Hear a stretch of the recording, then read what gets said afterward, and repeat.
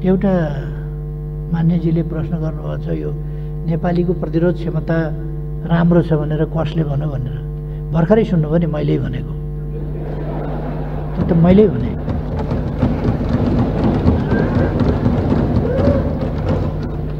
नेपालीको प्रतिरोध क्षमता राम्रो छ भन्ने कुराको चुनौती कुनै डाक्टर, कुनै वैज्ञानिक, कुनै शोधकर्ताबाट कहीँबाट आयो भने मैले स्वीकारौँला। तर नेपालीको प्रतिरोध क्षमता, नेपाली अलिकति आधा नेपाली हिमाली भेगतिरै स्वच्छ हावा, स्वच्छ पानी, उकाली ओह्राली हिँडेर पहाडी जनजीवनमा बसेका छन् र स्टामिना बलियो छ एउटा। अर्को हाम्रो खानामा, अर्को तराईमा बस्नेहरूको पनि हिमालबाट ठोकिएर हामीले थाहा पाउनुपर्छ नेपालको भूगोल। यदि मरुभूमि जन्य ठाउँहरूबाट तातो हावा आयो भने हिमालको नजिक पुग्नभन्दा पहिले त्यो चिसो भइसक्छ, कायल भइसक्छ। हिमालको छेउमा पुग्नभन्दा अगाडि, हिमालसँग ठोकिनभन्दा अगाडि कायल भइसक्छ। हिमालसँग ठोकिँदाखेरि त्यो बरफ भएर पग्ने स्थितिमा पुग्छ। त्यो फर्किएको हावामा सास फेरेका नेपालीहरू। यो देश झार उम्रियो भने यार्चा गुम्बा भएर उम्रिने देश हो। यस देशमा ढुङ्गाबाट शिलाजित निस्किन्छ। यस देशमा माटो सिमरेक हुन्छ। यो देश जडीबुटीको देश हो, औषधिको देश हो। यस देशको पानी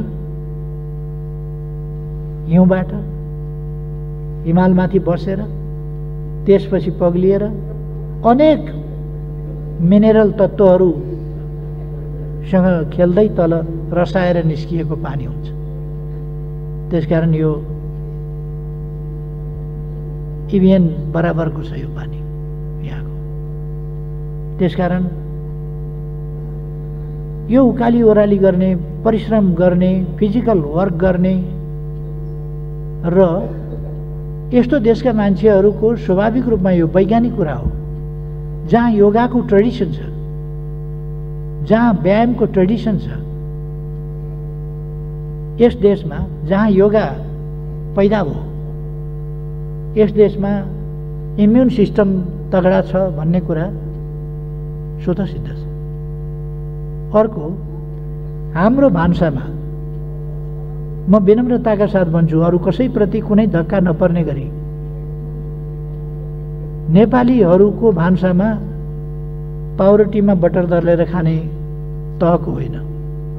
यहाँ दाल, चामल, मकै, बटमास, यी अनेक चिज हुन्छन् र त्यसमा बेसार अनिवार्य हुन्छ, नुन अनिवार्य हुन्छ, खुर्सानी अनिवार्य हुन्छ, या जिरा, धनिया, प्याज, लसुन, अदुवा, यी सबै औषधि हो। हरेक दिन औषधि खाएर प्रतिरोध क्षमता बढाएको नेपाली यसको प्रतिरोध क्षमता माथि हुन्छ भन्ने कुरा स्वतः सिद्ध छ। त्यसर्थ नेपालीहरूको प्रतिरोध क्षमता राम्रो छ, अवश्य राम्रो छ। र हामीले यस ट्रेडिसनलाई जनताका बीचमा पनि लानुपर्छ। हाम्रा ट्रेडिसनल खानेकुराहरू, हाम्रो भान्साको तरिका, यसमा हामी कायम रहनुपर्छ। नयाँ शैली भनेर पिज्जातिर कुद्ने भन्दा ढिँडो र अचारसँग नै ठिक छ, सागसँगै ठिक छ, यतापट्टि नै हामीले सोच्नुपर्छ। म भन्न चाहन्छु,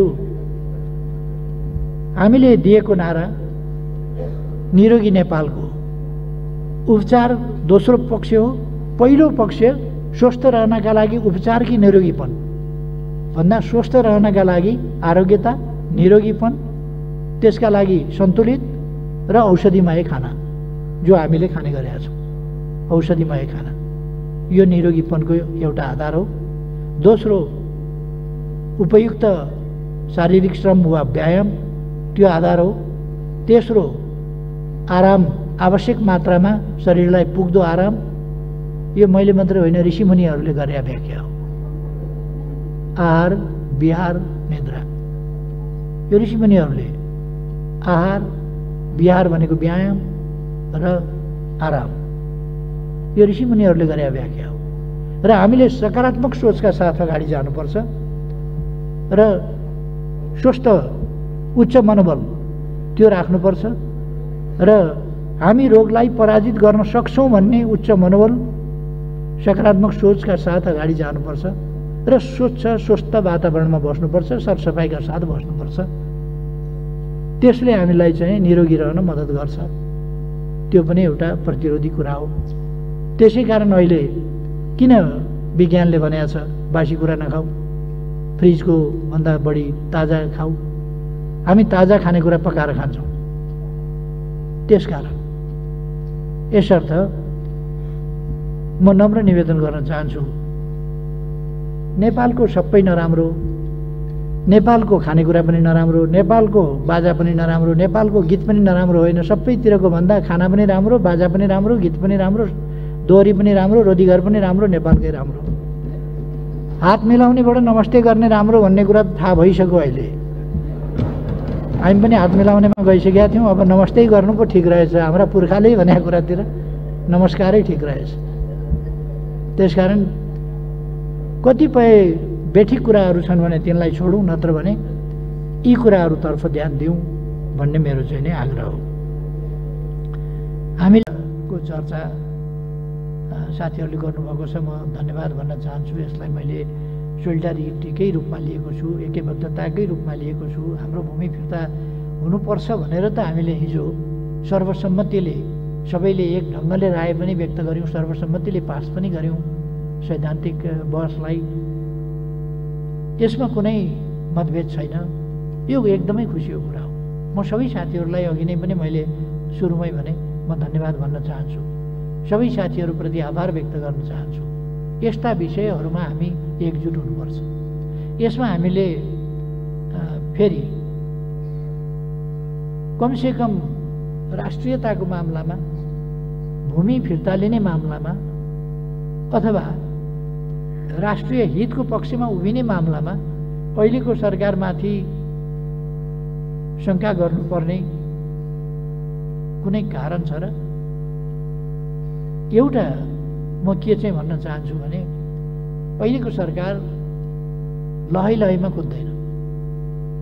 जे राष्ट्रको हितमा छ, जे राष्ट्रको पक्षमा हुन्छ, जे देशको सार्वभौमसत्ता, स्वाधीनता, भौगोलिक अखण्डता, राष्ट्रिय हित र स्वाभिमानको पक्षमा हुन्छ, त्यसमा अध्ययन गरेर हेरेर जानी बुझिकन, कुनै आग्रहवश होइन, कुनै पूर्वाग्रहवश होइन, अध्ययन गरेर हेरेर त्यसमा निष्कर्षमा पुग्छ र जे निष्कर्षमा पुग्छ त्यसमा दृढताका साथ उभिन्छ। यो अर्को यस्तो खालको भाषा पनि प्रयोग नगरौँ भन्ने मेरो सुझाव छ साथीहरूलाई।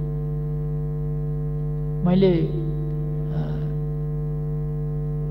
यो प्रधानमन्त्री तथा मन्त्री परिषदको कार्यालय अन्तर्गतका विषयहरूको सम्बन्धमा, विनियोजित बजेटको सम्बन्धमा नबोल्ने कि गत वर्ष पनि म बोलेको थिइनँ, अर्थमन्त्रीजीले जवाब दिनुभएको थियो। यसपल्ट पनि नबोल्ने कि भन्ने अलिकति कुरा चलेको थियो। अब साथीहरूको बोल्नुपर्छ, प्रधानमन्त्री आएर बोलिदिनुहोस् भन्ने कुरा भन्दाखेरि हुने ठाउँमा के पार्टीले प्रतिबन्ध लगाएको हो, के विदेशीले प्रतिबन्ध लगाएको हो बोल्नलाई? यो अलिक प्रश्न भयो र यस्तो। म बाहेक अरू सबै चाहिँ विदेशीकै इसारामा चल्छन् भन्ने मान्यता अलिकति नराखौँ कि भन्छु म। अरूमा पनि देशभक्ति छ भन्ने कुरा चाहिँ नराखौँ। त्यस प्रकारको भाषा रिपिटेडली प्रयोग हुनु त्यो अलिक वाञ्छनीय लाग्दैन र शोभनीय पनि हुँदैन। मेरो सुझाव हो त्यो मान्यजीलाई। यद्यपि हामी सबैलाई थाहा छ पार्लियामेन्टमा बोलेका कुराहरूको सम्बन्धमा बोल्न पाइन्छ भन्ने थाहा छ। पाइन्छ भनेर बोल्नु र हामीले संसदीय मर्यादा, आफ्ना बोलाइको कुराहरूलाई त्यही हिसाबले राखेर बोल्नु एउटा कुरा हुन्छ भन्ने हामीले बुझ्नुपर्छ भन्ने मलाई लाग्छ। हामी हाम्रो भूमि खाली लिम्पियाधुरा, लिपुलेक, कालापानी अहिलेको विवादको विषय त्यो हो जो भूगोल नै सर्लक्कै कालापानीमा भारतीय फौज बसेर त्यहाँभन्दा उता लिपुलेक र लिम्पियाधुरा त्यसलाई भारतले कब्जा गरेको छ। हामीबाट त्यो भूमि सेना राखेर छुट्याएर लगिया छ। सेना नराखेसम्म त हाम्रो भोग चलनमा छँदै थियो। सेना राखेपछि हामी सेना भएका ठाउँमा पनि जान पाएनौँ, त्योभन्दा उता पनि जान पाएनौँ र यसरी एक ढङ्गले भन्ने हो भने यो कब्जा हो। त्यसकारण यो उचित भएन भनेर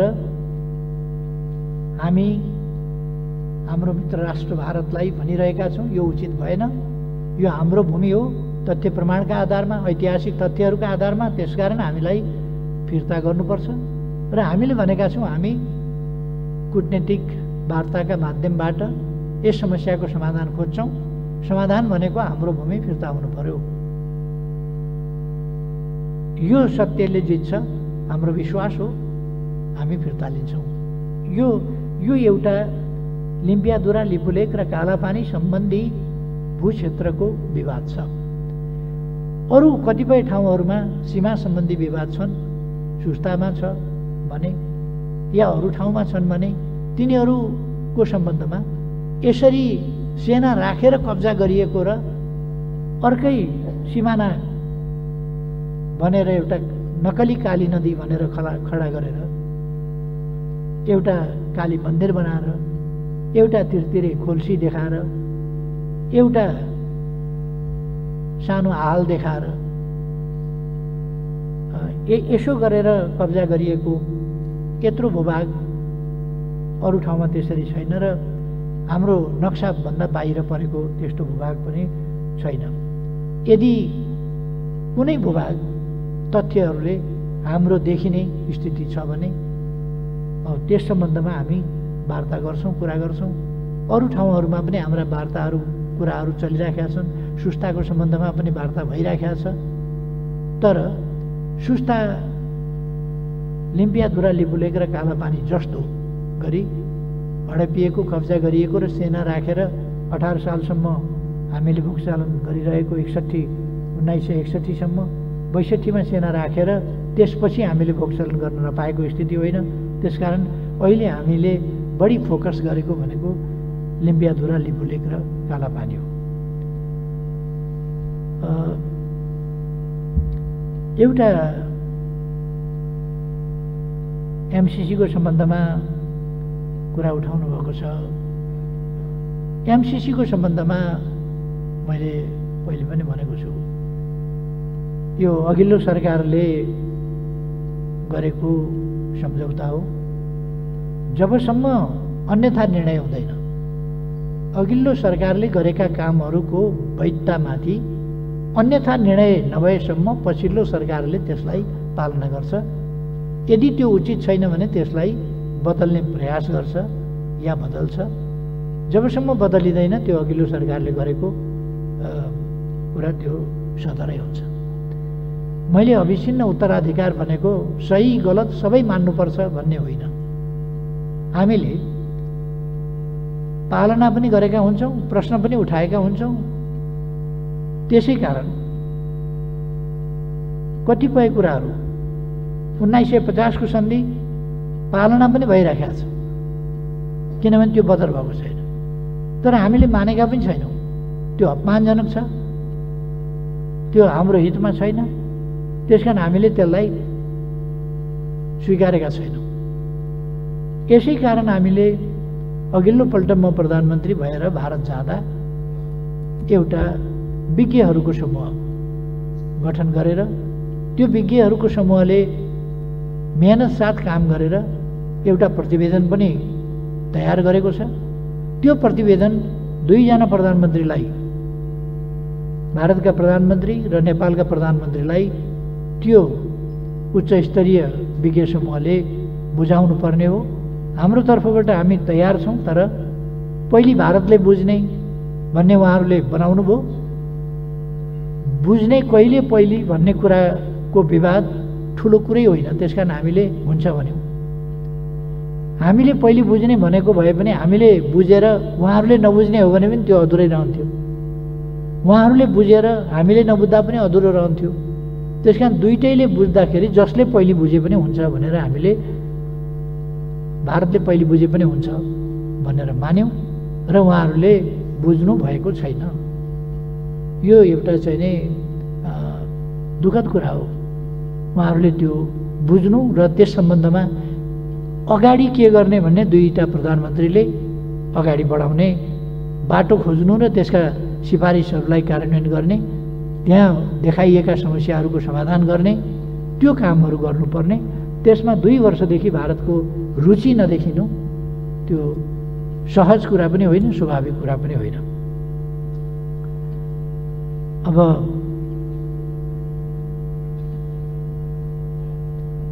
आदित्यनाथ योगीजी उत्तर प्रदेशका मुख्यमन्त्रीले बोल्नुभयो भन्ने कुराहरू केही आएको छ।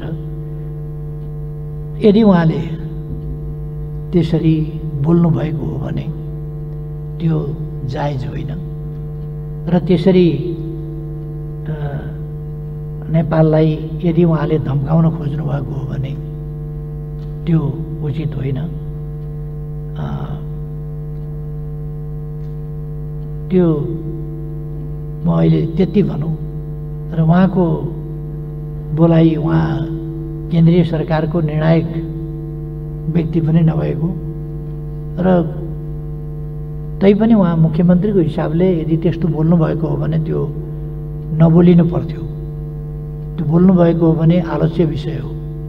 त्यो बोल्नुभएको र त्यसरी नेपाललाई धम्की दिनुभएको हो भने त्यो निन्दनीय विषय हो। त्यसलाई नेपालमाथिको हामी एउटा अपहेलनाको रूपमा बुझ्छौँ। त्यस्तो कुरालाई हेपिन तयार छैन, हेपिन मान्दैन भन्ने कुरा म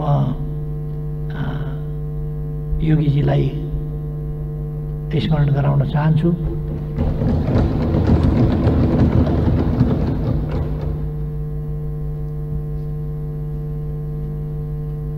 अर्को यो पटक पटक उठिराखेको छ, स्वास्थ्य विभागको खरिदमा पनि भ्रष्टाचार भयो, सेनाको खरिदमा पनि भ्रष्टाचार भयो।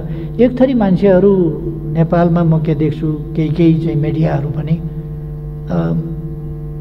राम्रो कुरा भनेको गर्न नजान्ने, नगर्ने र नराम्रो कुरा गर्नु चाहिँ आफ्नो धर्म ठान्ने खालका त्यो पनि म देखिरहेको छु। र मैले भनिराखेको छु, यदि कुनै प्रकारको अनियमितता देखियो भने त्यसको छानबिन हुन्छ र हामी कारबाही गर्छौँ। तर जेमा पनि खरिद नगर्दा पनि भएन, खरिद गर्ने बित्तिकै भ्रष्टाचार बाहेक केही नदेख्ने, केही उद्देश्यमूलक ढङ्गले लाग्ने, त्यस प्रकारका केही अनावश्यक ढङ्गले, जस्तो गणतन्त्रको विरोध गर्न मन लाग्यो भने गणतन्त्रको विरोध खुला गरे पनि, तर गणतन्त्रको विरोध यस्तो घुमाएर गर्ने कि राष्ट्रपतिमाथि खनिने, राष्ट्रपतिमाथि प्रहार गर्ने। अनि कुर्सी कसले किनेर ल्यायो राष्ट्रपतिलाई थाहा हुन्छ, राष्ट्रपतिले अर्डर गर्छ कुर्सीको। प्रधानमन्त्रीले कार्पेट कहाँनेरि राखियो प्रधानमन्त्रीले थाहा पाउँछ, त्यो गर्ने काम प्रधानमन्त्रीको हो र त्यहाँ। अनि प्रधानमन्त्रीको निवासमा कार्पेट कहाँनेरि राखियो, कहाँनेरि राखिएन प्रधानमन्त्रीलाई थाहा हुन्छ, राष्ट्रपतिलाई थाहा हुन्छ कहाँनेरि कार्पेट राख्यो, कसले खरिद के गर्यो भन्ने कुरा। त्यसकारण जेमा पनि राष्ट्रपतिको जसरी विरोध गर्ने, एउटा माखौल उडाउने, यो एउटा दलगत रूपले हेर्ने कुरा पनि उचित होइन। राष्ट्रपतिको संस्थालाई हामीले निष्पक्ष मर्यादित संस्थाको रूपमा व्यवहार गर्ने र राष्ट्रपतिलाई एउटा राष्ट्र प्रमुख तर कार्यकारी प्रमुख होइन, कार्यकारी अधिकार नभएको राष्ट्रपतिको रूपमा, सम्मानित संस्थाको रूपमा र खास केही अधिकारहरू मात्रै दिएर दैनिक शासन प्रशासन सञ्चालनबाट अलग राष्ट्रपतिलाई हामीले राख्ने गरेका छौँ। तर राष्ट्रपतिले जवाफ पनि दिँदैन। तर राष्ट्रपतिको विरुद्ध लगातार अनवरत हरेक ससाना न्यूमा आक्रमणको तारो बनाइन्छ। मैले त्यसलाई गणतन्त्रका विरुद्धको एउटा साजिसको रूपमा मात्रै, गणतान्त्रिक प्रणालीलाई कमजोर बनाउने, गणतन्त्र ठिक होइन भन्ने कुरालाई लाने। के गर्नु पर्थ्यो त राष्ट्रपतिले? चुप लागेर बस्ने राष्ट्रपति चुप लागेर बसिया छ। त्योभन्दा बढी राष्ट्रपतिले के गर्नु पर्थ्यो? अनि त्यहाँ दुबो काटेर चौरी चिटिक्क पारियो। अहिले चौरी चिटिक्क पार्ने कि कोरोनाका विरुद्ध लड्ने भन्ने।